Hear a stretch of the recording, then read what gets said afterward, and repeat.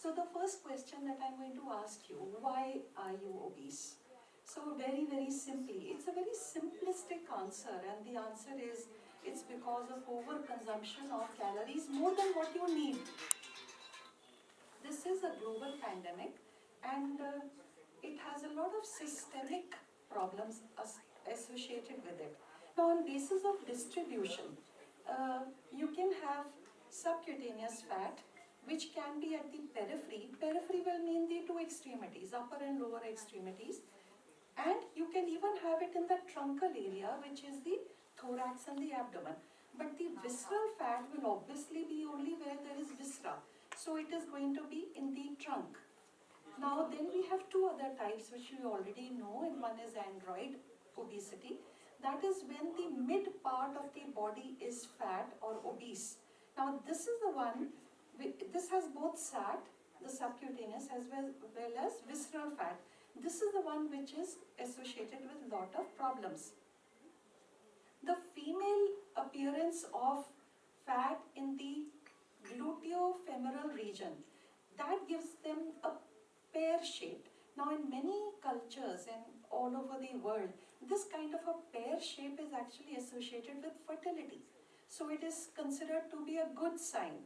So this kind of fat is much less associated with complications. Then we have a third fat, which is ectopic. Now what exactly is ectopic adipose tissue? So the storage form of fat is triglycerides. So having known that, we then know that whenever triglycerides is stored in tissues other than the adipose tissue, those tissues that are not meant to store the fat, then it is called ectopic. So these tissues generally will have very small amounts of fat. So what happens is, whenever there is an increased intake more than what you need, then the fat will accumulate. Initially, there will be hyperplasia. Hyperplasia of the adipocytes is physiological. The functions are normal, they are insulin sensitive. But after a particular point, it becomes adipocyte hypertrophy. This is pathophysiological, and this is dysfunctional. So the dysfunctional adipose tissue does not get enough blood supply. There is hypoxia, and stress and inflammatory mediators are then released. These interfere with the adipocyte differentiation. Now if the adipocyte cannot mature, it cannot store the lipid, and there is increased lipolysis. Continuous oversupply of these free fatty acids from the lipids are then directed to ectopic tissues. So what we have seen is that when the subcutaneous adipose tissue is unable to work like a metabolic buffer, then partitioning of these excess lipids occurs, and these lipids will go to the visceral adipose tissue or to the ectopic tissues, and there will be organ-specific consequences to this. For example, there will be NASH, they will be stored in the liver, and the endogenous glucose production is increased. When it is stored in the myometrial cells, then they are not able to uptake this glucose. Insulin resistance is increased. They can also be stored in the heart and the pancreas. Now, just as an interest, most of this ectopic tissue fat is intracellular. But this intracellular fat, so there is increased triglycerides, there is increased free fatty acids, and the toxic metabolites. The metabolites of the free fatty acids are more toxic than the free fatty acids themselves. There is interference with the mitochondrial free fatty acid oxidation, and this leads to cellular and organ dysfunction, leading to insulin resistance. So I'll proceed with this. So the intercellular lipids are there in the pericardial area, and whether it's intracellular or intercellular in the heart, in both cases there is dysfunction of the organ itself. Now here we are coming to SAT, VAT, and visceral adiposity syndrome as it is known, or the metabolic syndrome. We already know this, that the visceral adipose tissue is more metabolically active, so there are more of free fatty acids. But the VAT contributes only 15% of the free fatty acids in men and 7% in women. So it is not a major source of the free fatty acids. The subcutaneous adipose tissue, the truncal or the abdominal one, also contributes. Beyond a particular point, beyond a particular threshold, it becomes dysfunctional and its actions are no longer benign. So this is probably because the SAT is at least 4 to 5 times larger than the visceral adipose tissue. Although we have more data that supports VAT for insulin resistance than SAT. So VAT is postulated now as not the sole determinant of peripheral insulin resistance. The gluteofemoral fat, as we discussed in women, they have found that does it have a protective role? Probably, because how it manages the glucose and lipids is much better than the fat in the truncal area. So how are you going to decide that your subcutaneous adipose tissue is going to go to the trunk or the periphery? So this is going to be decided by nature, your genetic causes, ethnicity versus the environment. So there are significant differences in the depot part. Where is it deposited? So when you talk of metabolic syndrome, we normally talk of the 5 parts or constituents of the metabolic syndrome. So we have blood pressure, we have blood sugar, we have HDL, we have triglycerides, and we have obesity, truncal obesity. As of now, for many years now, maybe about 20 years, the BMI is no longer used as a determinant of metabolic syndrome because it cannot differentiate between fat and muscle. So what is used is the truncal fat. And how are you going to measure it? You can measure it by the waist circumference. So certain guidelines are given, less than 80 centimeters in females. The waist is measured at the narrowest part of the waist, which is midpoint between the lowest rib and the iliac crest. But it is only a crude indicator of the abdominal fat. So what is better is to use the hip. So the larger the hip circumference, the more favorable are the glucose and lipids. And lower the waist-hip ratio, the better it is. The second important part is how much is the total fat? What is the body composition? This depends upon several factors, and you can find this by different means. For example, you use this bioelectrical impedance analysis, which they have even on your some weighing machines, where they can tell you your total fat content, your total body water, your muscle, so and weight. So I've just put this figure here, 21 to 36%. This I have taken for women between the ages of 60 to 70. It will vary for different ages and for different genders, for height, for weight. So can you be obese and healthy? Yes. So you can be metabolically healthy but you are obese.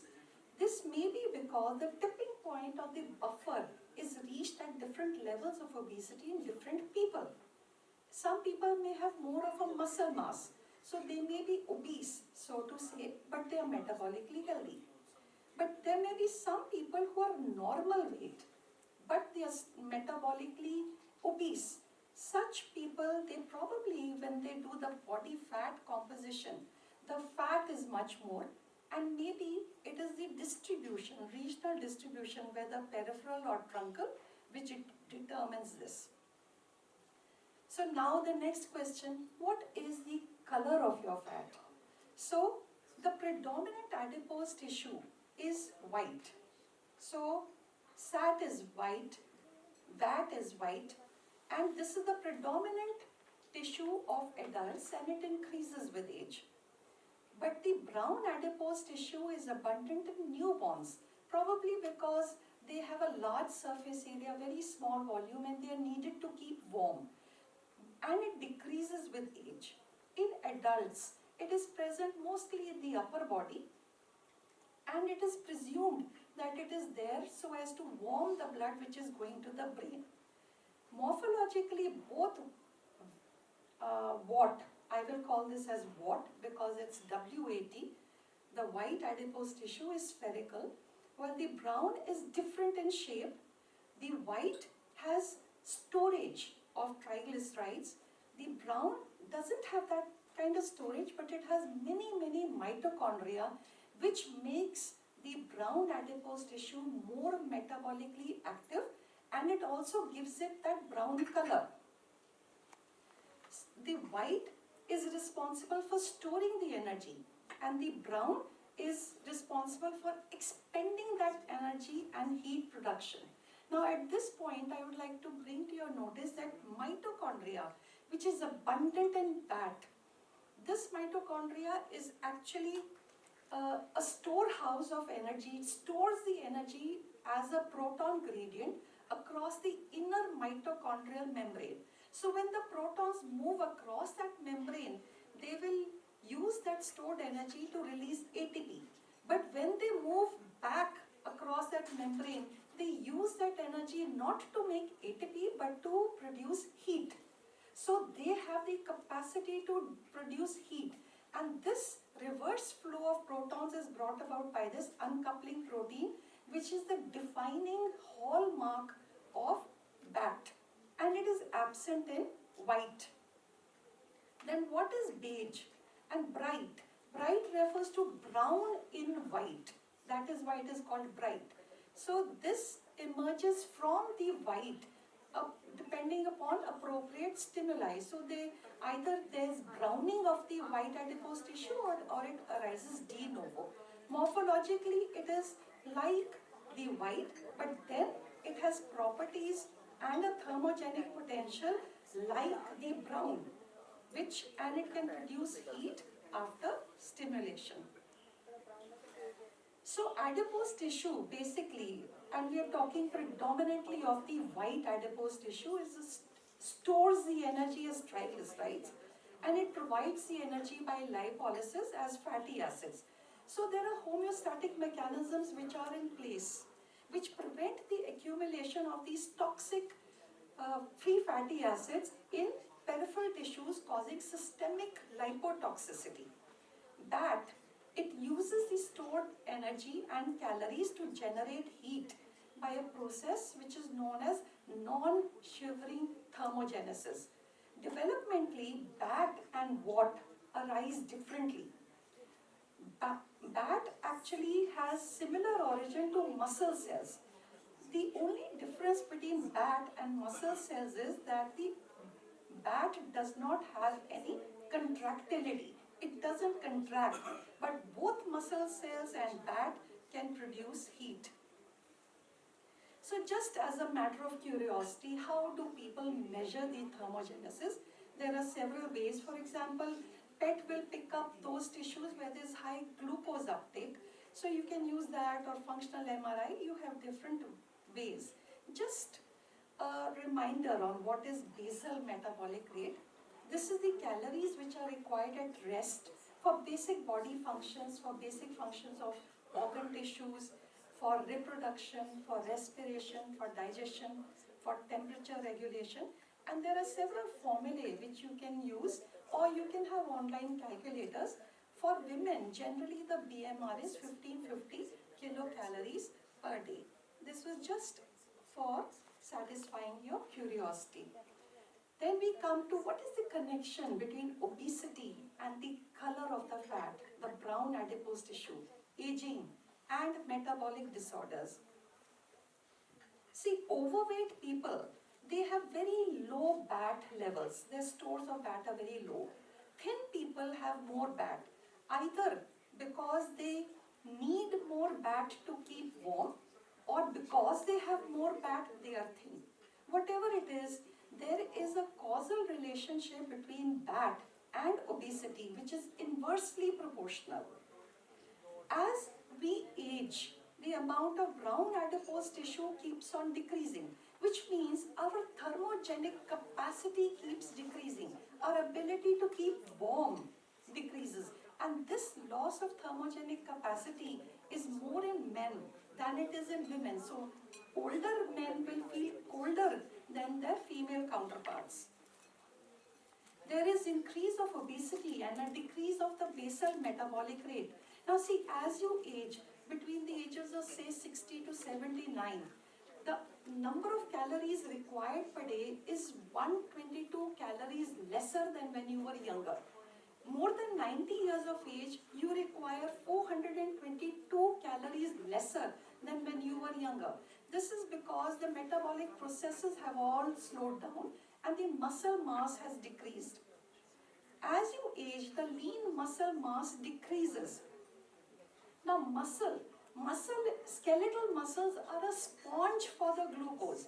Every time you eat something and there is increased or postprandial glucose levels in the blood, 1/3 of this goes to the liver and 2/3 goes to peripheral tissues, of which major part of it goes to the muscle. So the muscle is a sponge. It picks up this peripheral glucose under the action of insulin. Now, if muscle mass is very thin or lean, then this ability to sponge up and keep a balance of the peripheral blood glucose is lost. And if you have insulin resistance, and if you increase your muscle mass, your ability to maintain stable blood sugars in the periphery becomes much better. Also, depot-wise, the SAT decreases, and SAT is lost, unfortunately, much earlier than the visceral adipose tissue as you age. And ectopic adipose tissue begins to accumulate. At cellular level, there is dysfunctional adipocytes, so they cannot store the increased free fatty acids and systemic lipotoxicity. All of these conditions cause an age-dependent, as you age, a dysfunction of the tissues, obesity, and age-related metabolic syndrome, which has much more cardiovascular complications than the metabolic syndrome that you will see in PCOS. Now, researchers have been looking at this question, that if you stimulate BAT, can you reverse this age-related obesity, lipotoxicity, the metabolic syndrome? Can you reverse aging itself? So, we come to this, the mitochondrial free radical theory of aging. Now, mitochondria are powerhouses. They are huge number of catabolic reactions are going on. As these reactions are going on in the mitochondria, some of the molecules start leaking, and these are free radicals. What are free radicals? Those that don't have an unpaired electron. So these unpaired electron molecules are free radicals, and they are highly reactive. So when, normally speaking, these free radicals and the resistance oxygen species, they get mopped up by the antioxidants that you consume or which is there in your food. But when these free radicals and ROS overwhelm your body, then it gives rise to oxidative stress, and the first thing to damage is the mitochondria itself. And we know that the mitochondria is the main organelle of BAT. So when there is impaired mitochondrial function, obviously there will be dysfunctional adipose tissue, obesity, and it has a very crucial and significant role to play in aging. If you cause about calorie restriction or leanness, what can it do? It can decrease the free radicals from the mitochondria, and it can decrease the age-related decline of mitochondrial function and probably delay aging itself. There is a longevity gene, many have been identified, of which the adipose tissue is the determining organ. Now there are several, of which I have mentioned only one, which mediates life-extending effects of calorie restriction. And resveratrol, just for your interest, is a potent activator of this gene. This is found in red wine and black grapes. So we will come to this again. So can we use approaches to, say, maximize thermogenesis? We are trying to increase the energy expenditure and bring about some alternative tool by which we can tackle age-related obesity, Met syndrome, and age reversal. Yes, you could target the adipose tissue plasticity by activation of BAT, browning of what, or the de novo production of beige or the bright adipose cells. One method is calorie restriction, alternate day fasting, one meal day, and intermittent fasting. Intermittent fasting has been known to optimize the energy metabolism, and a very good thing is that fasting preferably consumes the fat. The ectopic adipose tissue, does it affect that? Yes, it does. And all the ectopic tissues are favorably managed with fasting. Exercise alone can impact the muscle insulin resistance and myocardial functions. But the take-home message at this point is that weight loss is important for adipose tissue plasticity. Of this, diet has a major component. So how much? So if you want to decrease the fatty liver, of storage of fat in the liver, then they say that less than 1200 kilocalories per day or a moderate weight loss helps in reversing your fatty liver. But you need very severe calorie restrictions if you want to reverse the effect on the muscles. Among exercise, aerobic will help the liver and heart. Resistance exercises, as we know, we will need resistance to impact the muscles.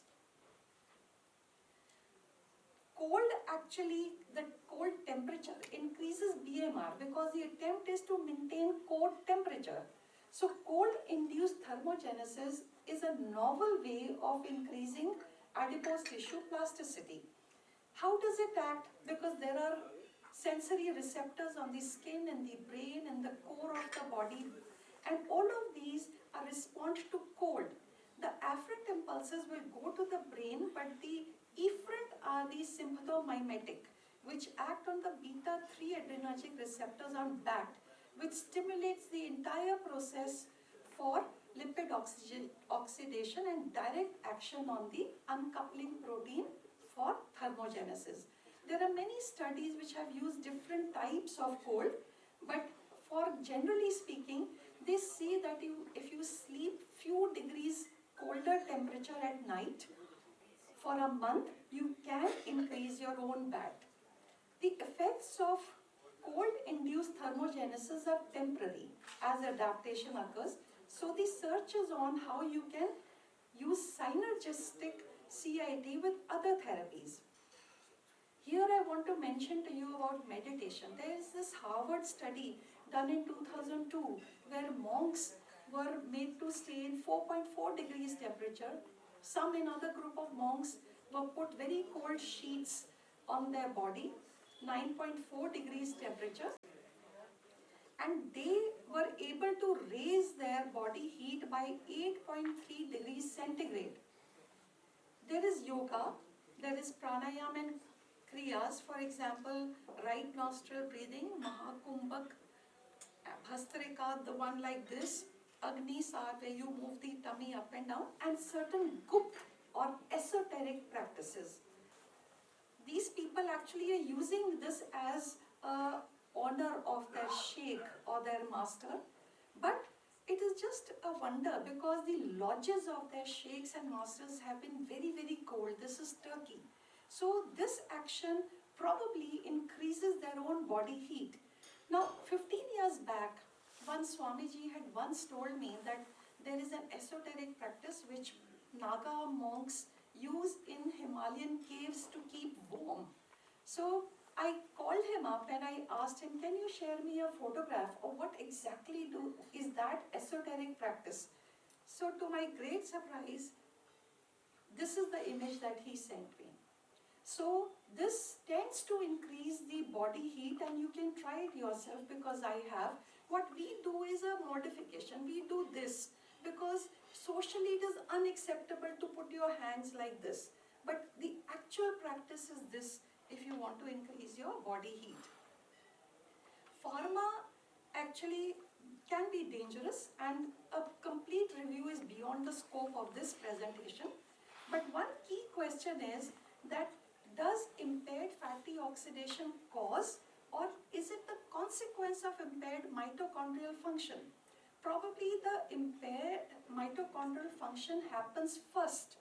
So there are mitochondrial enhancers, which I have named a few and which are available sometimes in combination, and they are called mitocomplex, which can actually improve mitochondrial functions and maybe help in reversing some signs of aging. Then there are certain phytochemicals or dietary products which can improve body heat. We are well aware of this. I have this here. We have used many of these: chili peppers, resveratrol, curcumin, green tea, menthol, which works topically also, mustard and wasabi, and fish-derived omega-3 fatty acids and berberine. But a lot more human studies are needed for this. So to conclude, obesity results from overconsumption of food beyond a particular buffering action of SAT, partitions to VAT and ectopic tissue happens. There is increased free fatty acids leading to tissue-specific consequences. Muscles are very important to uptake the glucose from the circulation. Truncal fat and total body composition of fat is important. Brown fat is crucial for thermogenesis and energy expenditure.